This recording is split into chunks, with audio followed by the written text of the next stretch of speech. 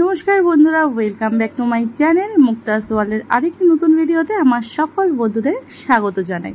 কেমন আছো সবাই? আশা করছি ভালো আছো। আমিও বেশ ভালো আছি।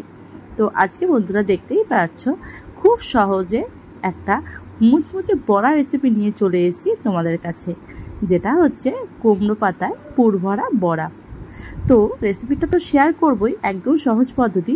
তার সাথে আজ একটা গল্প কথাও শোনাবো তোমাদের, যেটা আমিও খুব উত্তরটা ভাবতাম যে কেন এরকম হয়। তো চলো রেসিপিটা দেখতে থাকো আর আমার গল্প শুনতে থাকো। আর রেসিপি শেষে গল্পটা কেমন লাগলো আমাকে কিন্তু অবশ্যই জানিও, আর রেসিপিটা কেমন হলো সেটা জানাতেও কিন্তু একদম ভুলবে না।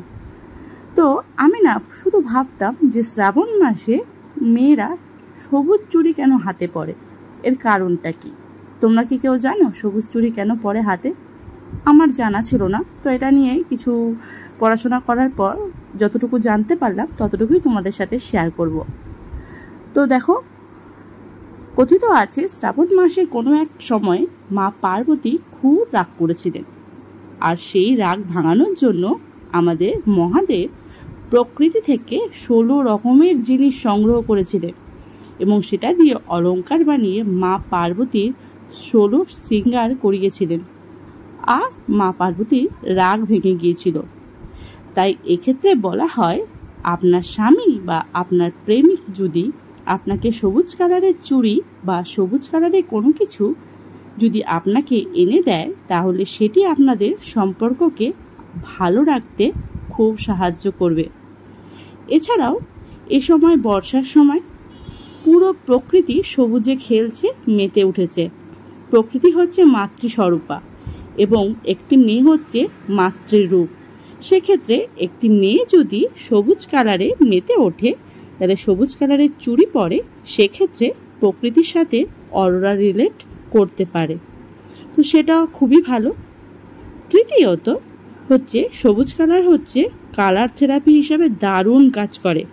সবুজ কালার আমাদের সুখ, সমৃদ্ধি, উন্নতি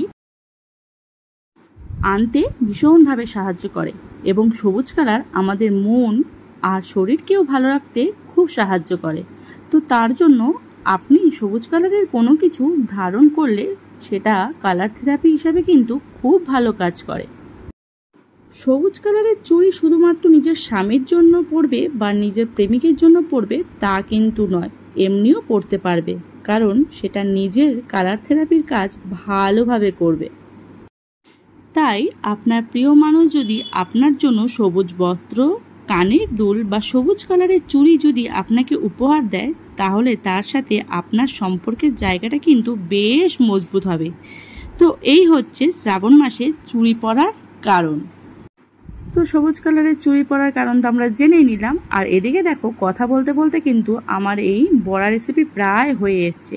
তোমরা প্রথমেই দেখতে পেয়েছো, গল্প করতে করতে রান্নাটা কিন্তু করেই ফেলেছি। আর সেখানে আমি মুসুর ডাল বেটে নিয়েছিলাম আর কুমড়ো পাতাগুলোকে একটু নুন জলে ভিজিয়ে রেখেছিলাম, যাতে কোনো ছোটো পোকামাকড় থাকলে বেরিয়ে যাবে আর কুমড়ো পাতাটা একটু নরমও হবে। তারপর মুসুর ডাল বাটা করে তার মধ্যে পরিমাণ মতো নুন, মিষ্টি, একটু হলুদ গুঁড়ো দিয়ে ভালো করে ফেটিয়ে দিয়েছি। আর হ্যাঁ, কুমড়ো পাতার সাথে সাথে কয়েকটা কুমড়ো ফুলও ছিল, সেগুলোকে কুচি করে কিন্তু ডালের সাথে মিশিয়ে নিয়েছি, তাতে বড়াটা আরও মুচমুচে হয়েছে।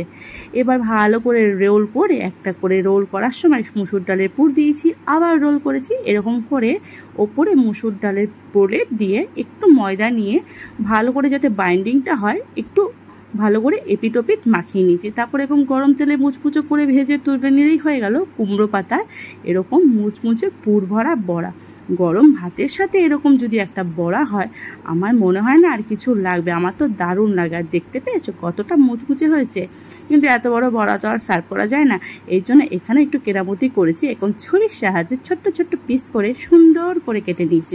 যদিও বড়াটা এখানে গরম ছিল তাই কাটতে অসুবিধা হচ্ছিল, তোমরা একটুখানি ঠান্ডা করে নিতে পারো। আর বড়া যেহেতু গরম গরম ভালো লাগে, তাই আর পিস করার জন্য সময় নষ্ট করে নিই। তো দেখো কি সুন্দর করে ছোট ছোট পিস করে নিয়েছি, আর পুরো এরকম লেয়ারে লেয়ারে দেখো বড়াটা কিন্তু মুচমুচে, আর ভেতর দিয়ে মসুর ডালের জাস্ট ওয়াও গন্ধ বেরিয়েছে। তো বন্ধুরা, কেমন লাগলো রেসিপি আর গল্প অবশ্যই আমায় কমেন্ট বক্সে জানিও। আজ আসি, টাটা।